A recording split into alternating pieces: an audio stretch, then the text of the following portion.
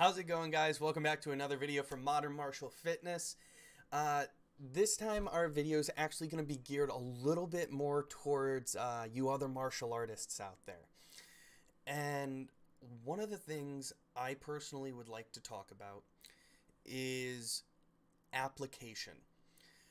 There's always the worldwide argument of what is actually applicable in the real world versus what's more for show or just a really good exercise, or what should stay in the dojo as a hobby or your own personal sport.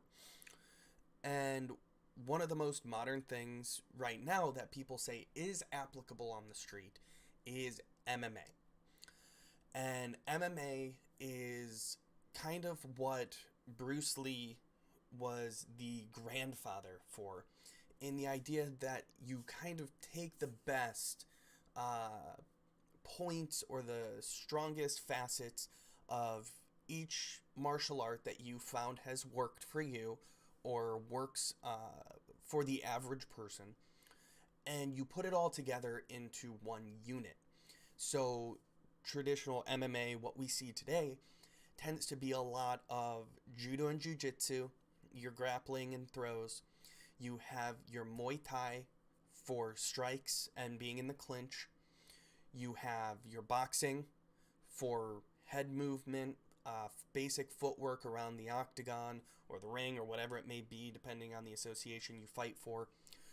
And also your hand strikes and also really good cardio conditioning.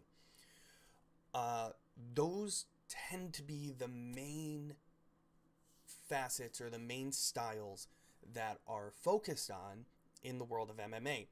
Now, in real world application, yes, each and every one of those styles is applicable to a real fight on the street with no holds bars, no rules. But that's the kicker right there, isn't it? No holds bars, no rules. MMA, whether it's UFC, Pride, even ONE is the new big MMA association now. There's rules, there's regulations, there's things that you're not allowed to do. For example, you can't throw a front kick right to the front of somebody's kneecap because you're going to hyperextend their leg and snap their leg backwards. You can't specifically target to punch somebody in the throat because you're risking collapsing the windpipe and killing them right there. And there's a bunch of other rules that are necessary in order to maintain safety and maintain control over entertainment. Now, I am not saying that MMA fighters are unable to defend themselves and that they're not real fighters. That is not what I'm saying. They are great athletes. The thing is, they are bound by rules. And some people will say, oh, well, when you're put in a street, your instincts take over and, you're not going to follow the rules. Well, yes and no. When you spend your entire life focusing on something and that thing becomes habit, it becomes subconscious movement. It's not easy to break away from that in, even a life and death scenario. Your body automatically goes because that's what it's been programmed to do. And that's the point of most all martial arts, isn't it? The point of martial arts is to retrain ourselves, both our mind and body, to be able to react to a stimuli with no conscious thought. That our body seemingly moves independent of itself. It makes its own decisions and reacts right then and there whenever a stimuli enters the brain. Now, are there martial arts out there that are much more effective in an everyday situation than others?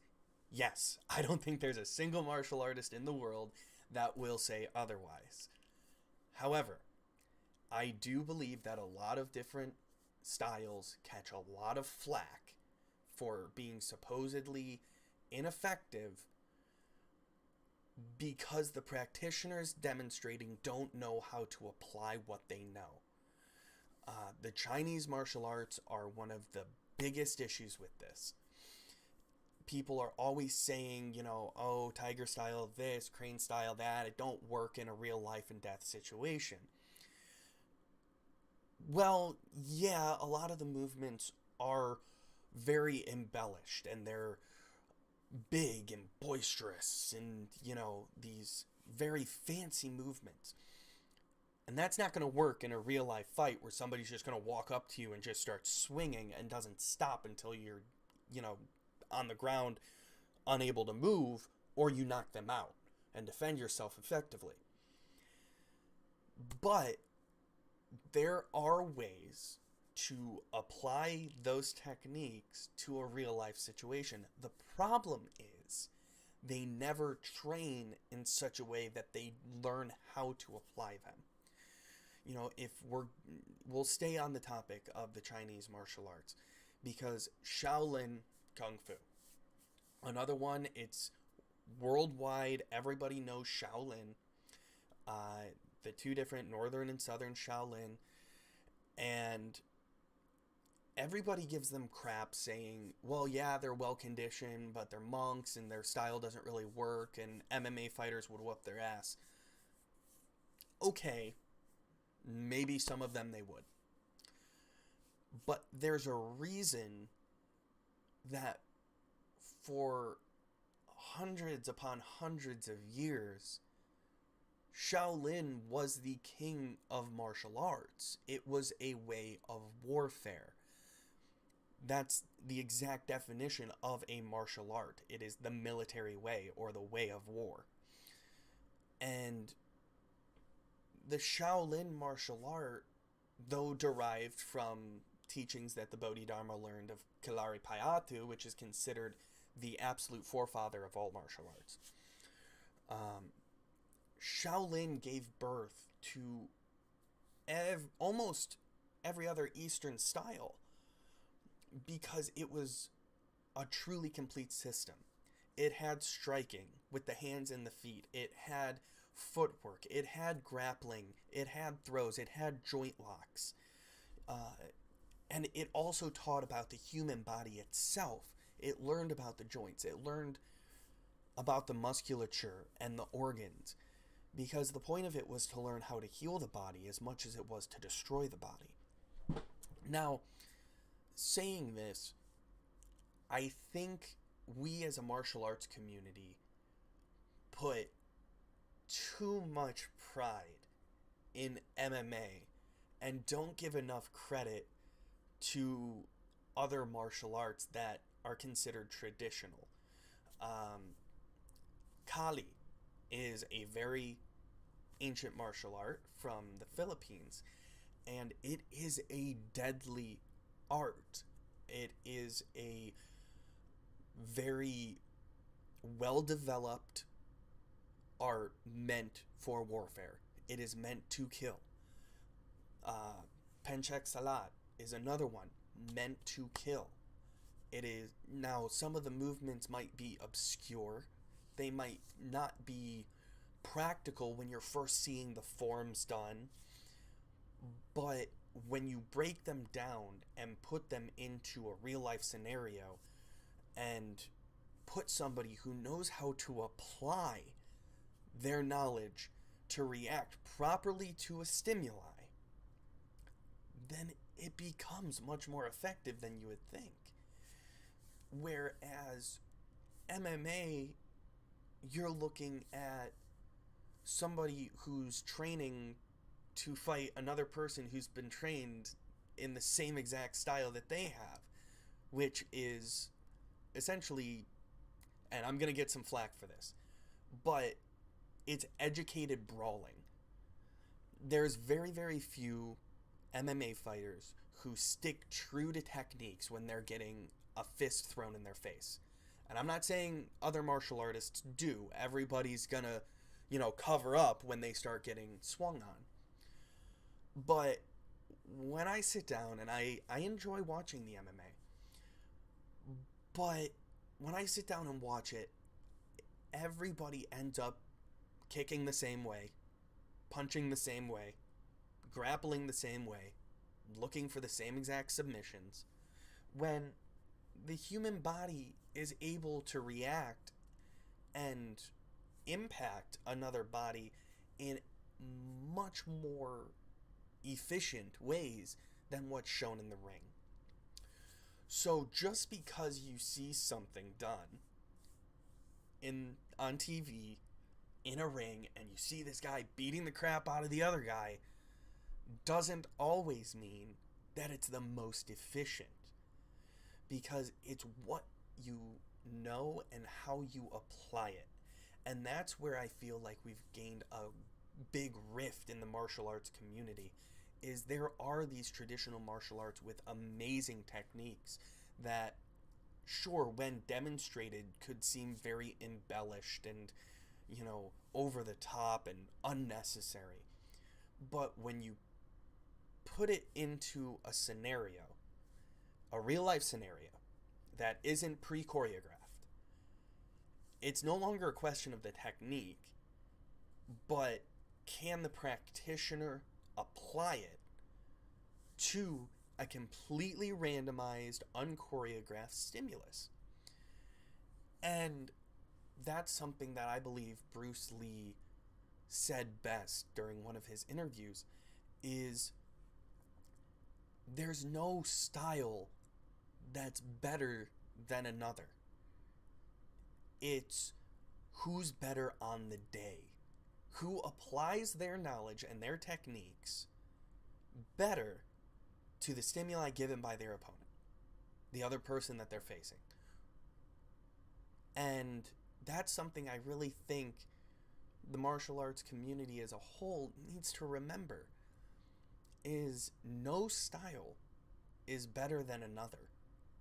It's just simply who is better on the day as a practitioner. And one thing I love about martial arts, and about this topic in particular, is we can take that lesson, take that philosophy, and apply it to all parts of our life. That's one thing that I've always loved about martial arts, is it's a full life lesson.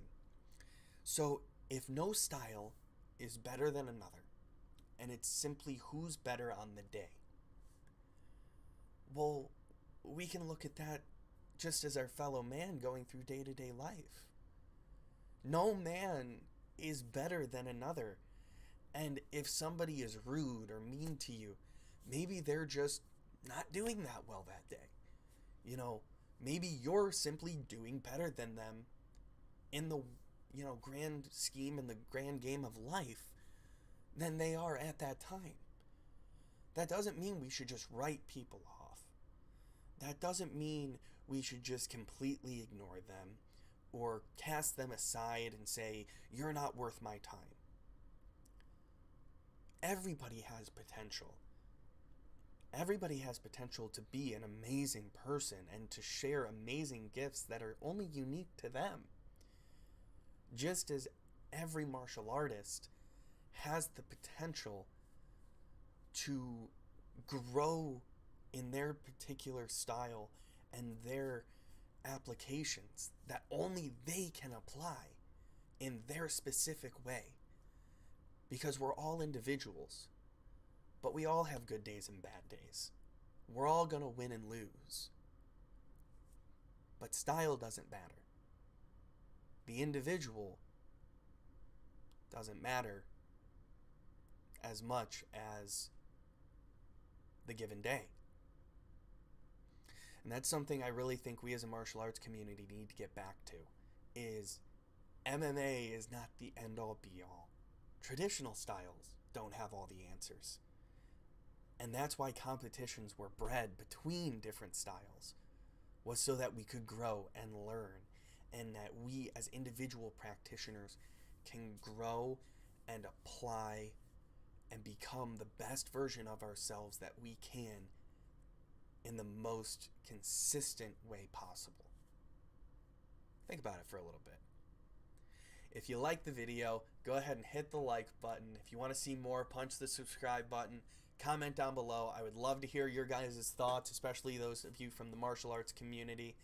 What are your thoughts on, the applications of martial arts and different styles? Your thoughts on MMA and real world applications? Heck, what are your thoughts on martial arts philosophy and life itself? For me, I find that almost every lesson I've learned in martial arts is applicable to my life in all forms. I hope you guys enjoyed. I'll see you guys in the next one.